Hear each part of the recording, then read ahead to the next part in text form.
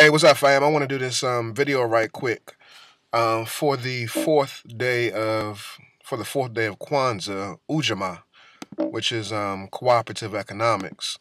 I Today is actually not the fourth day of Kwanzaa; it's the fifth day of Kwanzaa. But I wanted to make sure I got this out because Ujamaa is definitely a it's a powerful principle, and it's a principle that we need to pay more attention to as it pertains to what we do and how we are in the black community. And, to begin, I just want to read something to you all real quick. And it's from NAACP.org. I'm actually going to I'm going to put a link at the bottom of the description of this video. So you'll be able to click through to, see exactly where I'm reading from. Because I have it up on our website. But it says in 2012, let me take my gum out real quick. In 2012, the Nielsen Company released The State of the African American Consumer, a groundbreaking report projecting African Americans' buying power at $1.1 trillion annually by 2015. To illustrate how massive this figure is, if African Americans' purchasing power equated to a country's GDP, we would be the 16th largest country in the world. Wow. What does this mean? Black consumers have more economic power than we may realize. It is important to note that the 1.1 trillion figure may not necessarily be all cash on hand, as we may be using credit cards and loans to make certain purchases. Also, spending power increases and or decreases with one's income. However, as a collective, there is enormous potential for black consumers to leverage our economic power by way of supporting black-owned businesses to foster community economic development. The NAACP and other organizations are constantly advocating for policies to create more opportunities for black-owned businesses. For example, increasing access to capital to succeed. But while these organizations are affecting change at an institutional level, we want to highlight how, as individuals, we can foster an environment where more black businesses can thrive. First, we must stop the massive leakage of our money out of our communities. Hey, y'all, that's pivotal right there. Currently, $1 circulates in the Asian community for a month, in Jewish communities for approximately 20 days, and white communities for 17 days. So I wonder, how long does the dollar bill circulate in the black community? The dollar bill circulates in the black community for 6 hours. Yep, 6 whole hours. African American buying power is at 1.1 trillion, and yet only 2 cents of every dollar an African American spends in this country goes to black-owned businesses. Only 2 cents out of every dollar. So I really want to pose this question to you all. The first question is why? What are some of the barriers and limitations that really prevent you from buying black? Some of the things that I can think of right off the top of my head include the fact that, number one, there may not be an overwhelming number of black-owned businesses to patronize. So there may be a shortage. They may be underrepresented.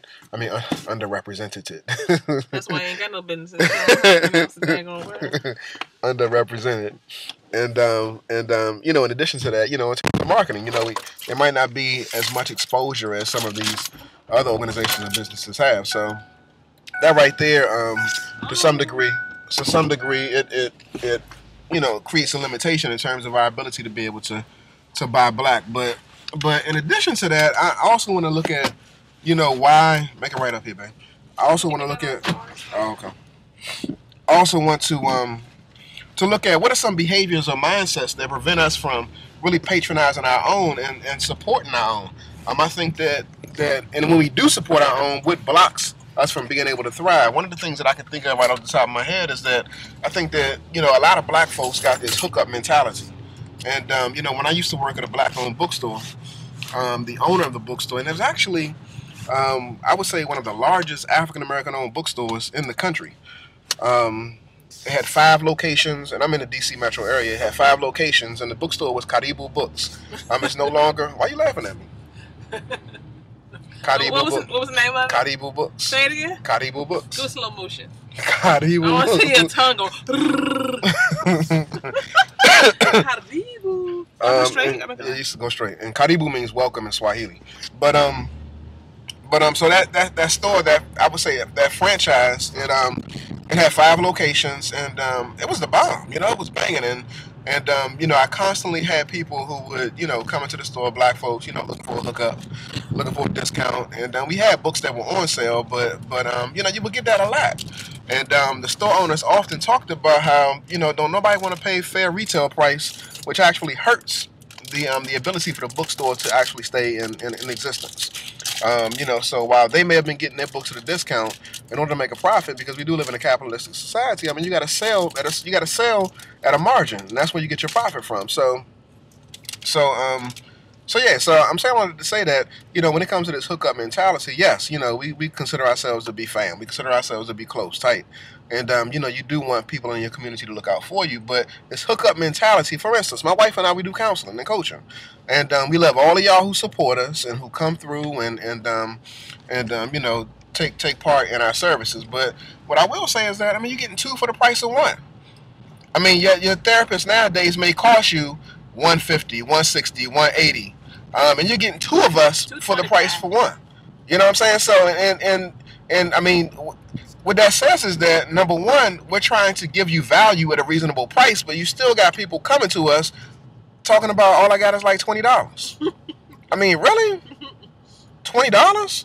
I mean, we've been on national TV, we've been on national radio. I mean, we've done a whole bunch of stuff, and you're talking about you want to give me $20, you know, for our service. And so the big thing is that we put our money towards we value. I mean, when you can see a whole bunch of people laying on the ground for a pair of J's, yes, for a pair of J's, laying on the ground, yeah, you go straight, and then make a right. Laying on the ground for a pair of J's that cost $150, but yet you want to invest $150 towards your own mental health. I mean, that's a big ass problem right there. So I'm to some degree I'm ranting right now, but I'm just saying that, you know, we need to get our priorities straight. So if we're always looking for the hookup, that's a problem. Another thing is that the people who are the professionals providing the services, or the business owners, we got to step up our game too.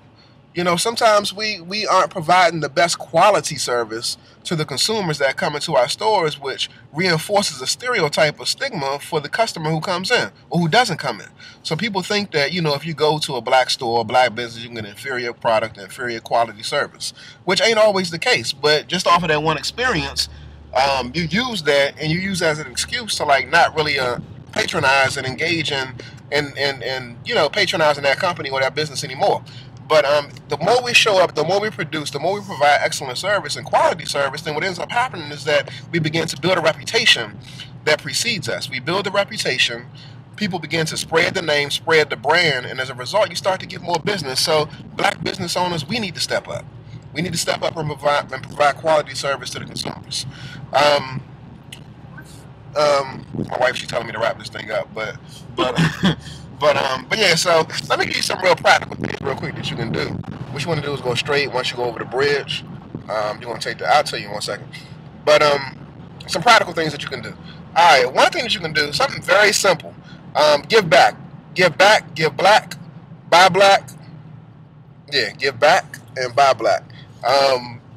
There's organizations that are doing some great things in the African American community. There are businesses that are doing some great things in the African American community. And one of the things that you can do is, if you just took $1 per month and gave it to a business, gave it to an organization, donated it to an organization, what that would do is, again, that's showing that you're not only supporting the cause, but you're giving back. You're supporting Ujamaa. You believe in Ujamaa. So if you pick 10 businesses or 10 organizations and gave each one $1 a month, that's $120 for the course of a year.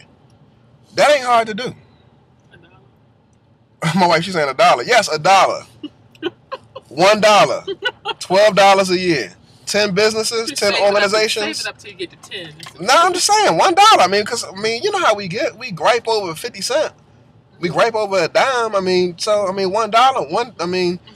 Yeah, $1 per month for 10 businesses, $120 for the course of a year. That's not difficult to do. You're giving back to the community. What? I'm sorry, go ahead. Stop hating on my video. No, I'm saying, like, don't just give all that money to one. Why you got to pick 10 and give them $1? Let's give one organization $10 a month. Because this is where you get into cooperative economics. If you got 1 million people giving $1 per month, that's $12 million per month. All right, everybody ain't got to foot the whole bill. That's why I'm saying $1. So when you go up here, take this first exit. So yeah, so that's one thing that you can do. What about a family fund? Right here? Keep on going straight. A family fund. Yeah, take this exit up here. Yeah, so what you do is you pool your money together as a part of the family. If you got children who are working, as the adults if you're working, put your money in the pot. Aunts and uncles, put your money in the pot. But I'm just talking about in one household. If you have everybody in your household, did it in your bigger family. Yeah, that would be nice. But you pool your money together and then you decide jointly what will happen with that money. And that right there is operating in the spirit of Ujamaa as well. So those are just two real quick things that I thought off at the top of my head that you can do. But really reflect on that information that I read to you a moment ago. And you're going to take the exit up here that's coming up there. Reflect on the information that I read to you. Again, the dollar bill circulates or stays in the black community for only 6 hours. Out of every single dollar, only 2 cents goes to a black-owned business. That's a problem, y'all. That's a problem right there. So again, what I encourage you all to do is focus on us, patronize us, encourage other people to buy black. Black ice is not inferior to white ice. Become a business owner, and let's try to make this thing happen, y'all. We can make some changes, but we gotta support each other. Again, take your $12, take your $1 per month, invest in a company, an organization, support a business, and that's how we make strides. That's how we improve the state of the black community. So small steps lead to big steps, and big steps lead to movement. So let me take this right here. All right, y'all. As always, stop playing and start pushing.